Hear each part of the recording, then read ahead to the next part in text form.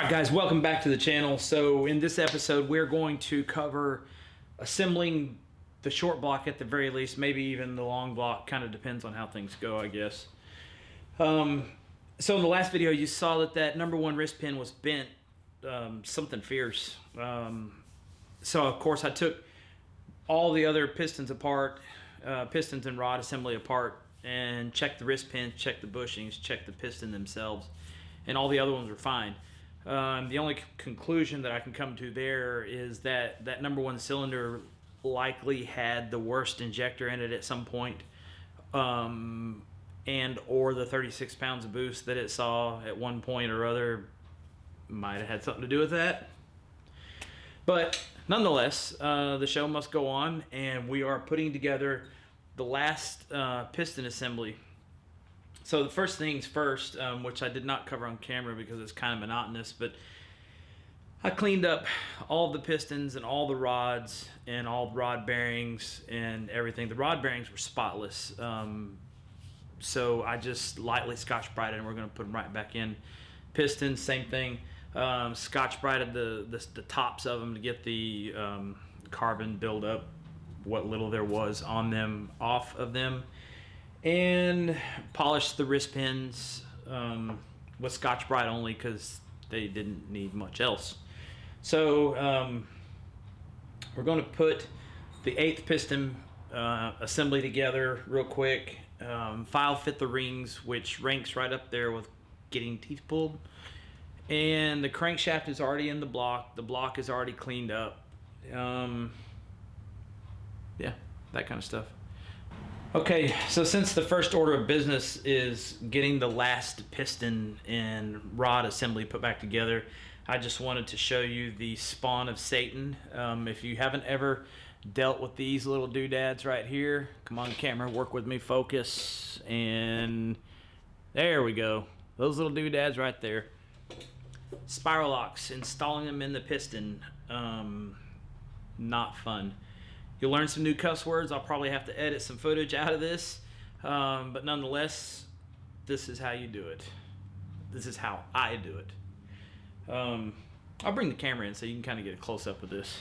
I'm going to try to show this where you can at least see some of it. These things, when you get them, they come squished like that. And the instructions actually tells you to stretch them out a little bit like that. If you don't do that, you are not going to get them in anywhere. So you got to start the first end down in there.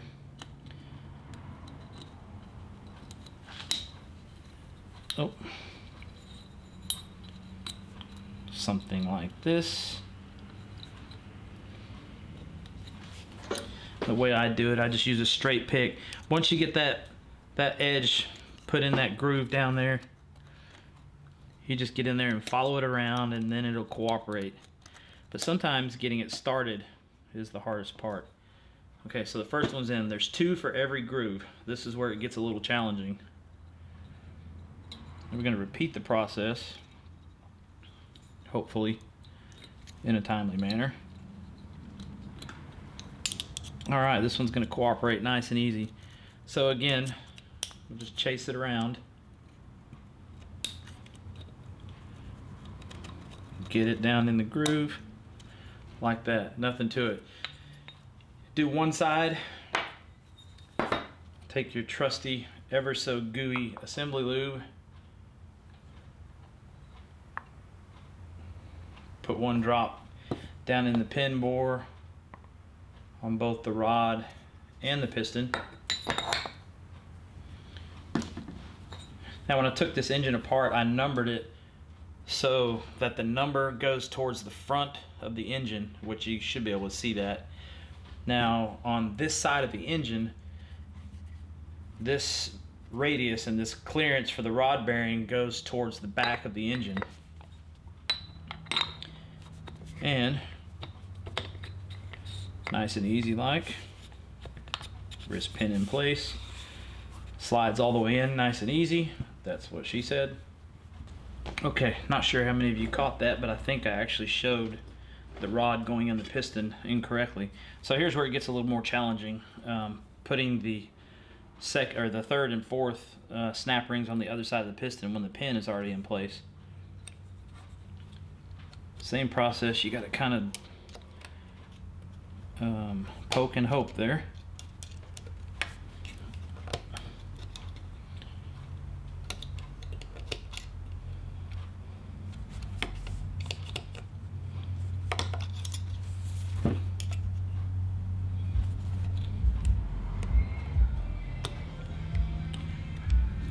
Loud ass cars driving by.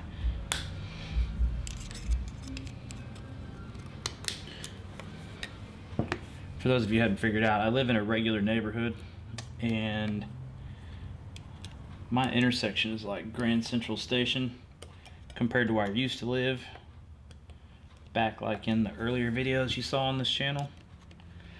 And I'm here to tell you this was not a good decision moving out here, so sooner or later, hopefully much sooner, I will be moving back to a similar place like I had before. All right, now we got things going our way.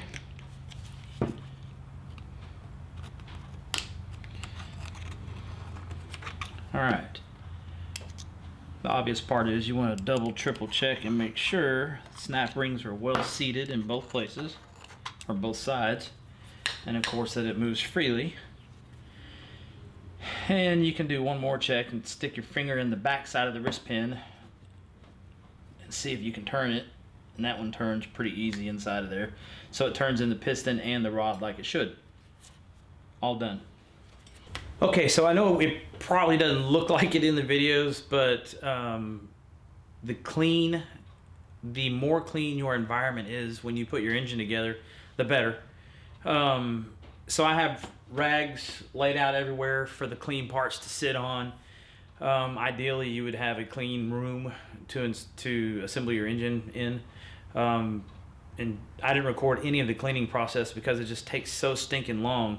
I spent all day yesterday disassembling the pistons, cleaning the rods, Scotch-Briting the bearings, and the pistons, honing the block, cleaning the heads, and getting the crank installed. All of that took a full day. So, reason being, cleanliness is important, is because the first minute or two of your engine's runtime is probably the most critical as far as break-in and all that jazz. So anyways, so we got the crank in the block. The block is cleaned up, of course. The block is honed. The pistons are honed. Everything's put together. As far as that's concerned, the next thing we're going to do is file fit the rings, and that ranks right up there. I think I even said it earlier with going to the dentist. I hate filing rings, but it is a necessary evil in a hot rod engine like this, so that's what we're going to do. All right, so one thing to remember, and this is more just a sanity check for me than anything, if you're putting pistons together or putting rings on pistons like this, and you have that support ring there for the oil ring right there, if you'll notice, I think you can probably see it, but there's a little dot right here. And if you don't put that dot in that blank space right there, that support ring will get held up, and when you put the oil ring in, if you get it all the way in, it won't allow the oil ring to float correctly, and you'll likely have oil control problems, if not worse. So like I said, that's more of a sanity check for me than anything, because I actually videoed this whole thing, and at some point down the road, if I question myself, did I put that oil ring in right, or did I put that compression ring in right side up, or whatever, I go back and look at the video. Prior to me having a YouTube channel, I took pictures of everything, so then I went back and I would look at the pictures, and, you know, like I said, sanity check. So anyways, I've already done the other 7 pistons, and I'm not going to go through all that mess, but the other part of this is when you put the rings in, the oil rings, or any rings for that matter, you want to spread the gaps out as far as possible to keep them away from each other, so that they don't leak oil or compression any more than they need to. So spread these around, you know, somewhere around 120 degrees, just whatever. Doesn't have to be perfect, just don't line them up. All right, so I did all the oil rings. Now it's time to get to the ring filing portion of this debacle. All right, I've got all of the rings filed except for the last set. I wasn't gonna show you filing 8 sets of rings. This light is really bright. But yeah, filing rings sucks. So there's just no other way to put it. I think I even already said that a few times. So this one being the second ring, this one being the top ring, and I'll put them up close to the camera. Maybe you can see the difference right there. Top ring is the one on the left. Get some light on that thing there so you can see it. It's the one with the coating on it, and this one's just a plain ductile iron ring. If you had never done this before, and I go back to the part where if you just happen to be watching this video for tips and stuff like that, be careful when you do this, because the bottom ring is much softer than the top ring, and if you file the top ring first and then you use that in your mind as a guide on how long it takes to file the second ring, you will open this gap up way too much. Never done that. Never, ever. But anyways, so top ring right here, just gonna snap it in the bore real quick and actually use the piston to square it up. And I can see that it has almost no gap, so no need in even measuring it yet. I go back over here to my fancy ring grinding station, and I'll bring the camera in close so you can see this awesome contraption I have here. Okay, this is the El Cheapo ring grinder from Summit that I've slightly modified to put a drill on. And let's see here, square up the ring real good.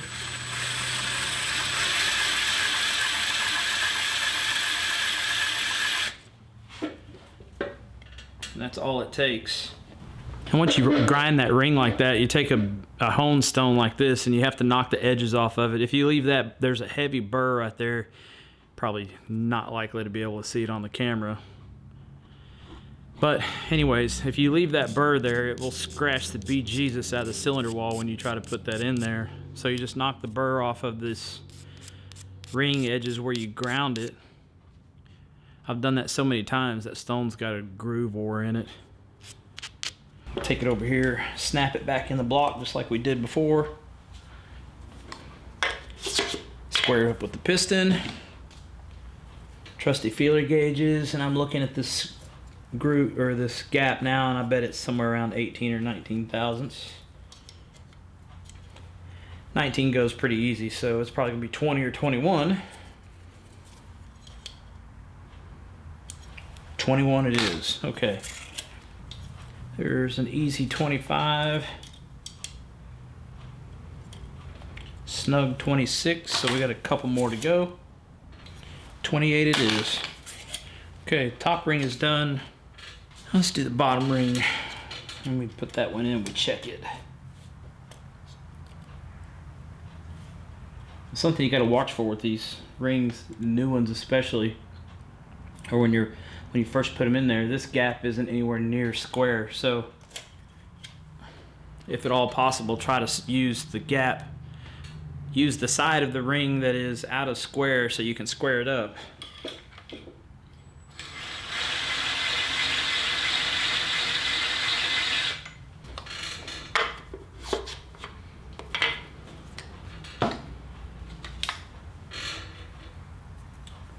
So we went from nothing to, I'm going to say about 20. No, smaller than 20. So we keep going.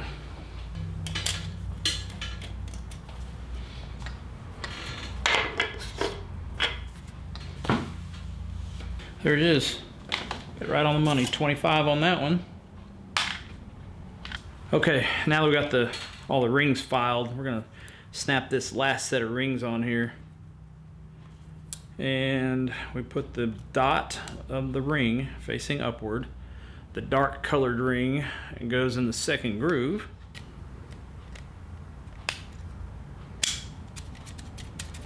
Like that. Top ring going with the shiny edge goes on the top. Just like that. All right. That is the last of the ring filing and the crappy work, the part that I don't like. So I think now it's time to put it together. All right, so I'm on the last piston of the short block, and I saved the best for last. This is number one, the one that had the problems to begin with, but as you can see, everything's good now. It's pretty standard issue stuff. The way I do it, I have a squirt bottle with some light, I think 30 or 40 weight oil in it. Hit the cylinders pretty good at the top. Soak the rings down once or twice,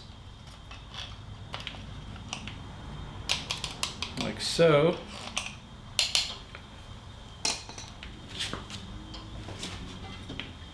I'll tell you what, if you do not have a tapered ring compressor and you do this kind of often, once or twice a year, whatever, you are missing out. That's all there is to it. Engine assembly lube, I use that Permatex stuff. That stuff works really good. You cannot get it off your skin, so I figure if it doesn't come off your hands with mineral spirits, it's probably not coming off the bearings either. So we carefully don't align the ring gaps. Drop that bad boy down in place. And get it close, and then you're done. Now I position the crank where the rod journal is all the way down, and I'm just gonna push the piston down. Don't get your fingers in there, it kind of sucks.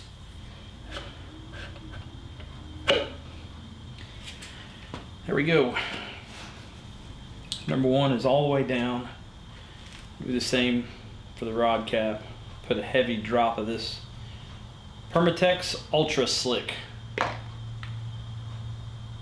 There's all kinds of jokes there, by the way.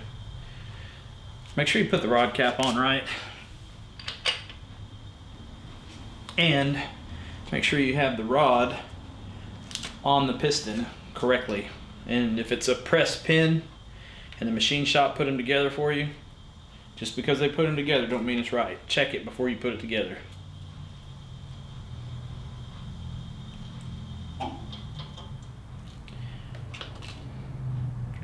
by the way, this is not meant to be instructional. This is kind of my way of reminding myself to check everything.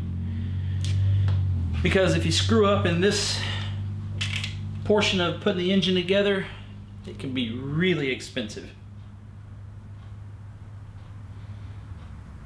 Especially on something like this.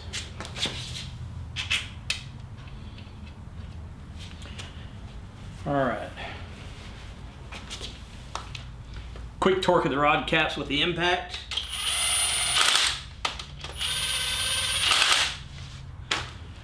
Did y'all think I was kidding? All right. All the pistons are in place. Let's make sure it still turns.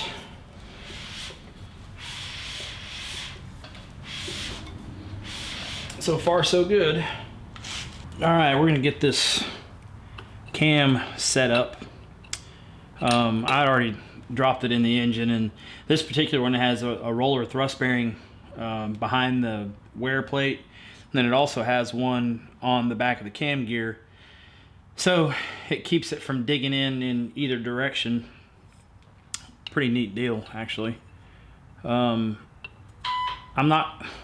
phone always beeps when I'm recording, never any other time. So this cam was actually set up 2 degrees advanced. I degreed it before, so I'm not going to do it again. I'm just putting it back together exactly the same way it was when I took it apart, which is this way. So nice and easy.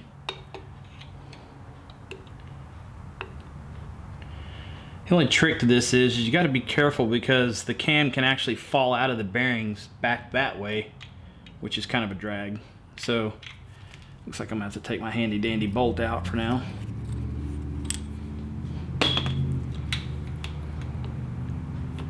All right.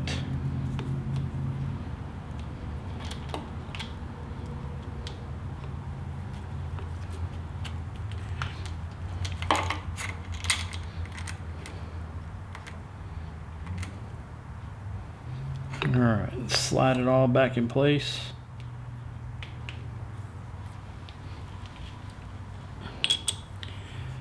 You got to put the bolt in it to kind of hold it while you slide that on there like that, because you'll push the cam out.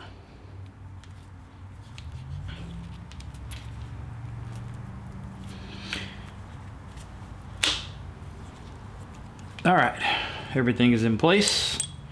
Take that out. Okay, so we got the camshaft in.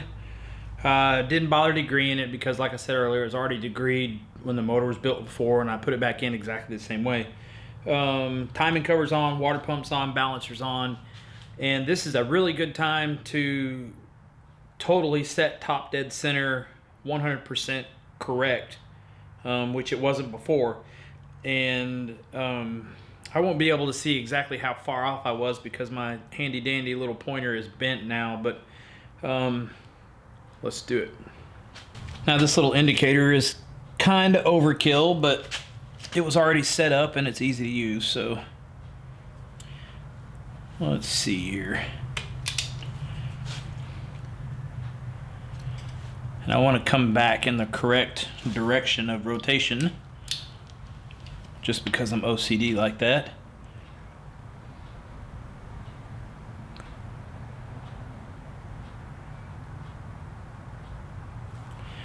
It looks like it's going to land on about 9 right there.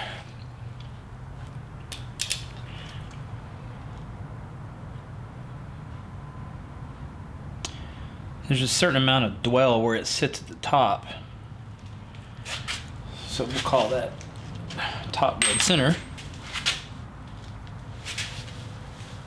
And actually my pointer is not bent, and we'll just assume that it landed in the exact right spot when I put these bolts back in, because there's probably a little slack in this bracket here and whatnot. But if that is in fact true, then I was off by 2 degrees before. So all I'm going to do is just bend this pointer where it lines up with the TDC mark on the balancer, and then from this point on we know that it is totally good.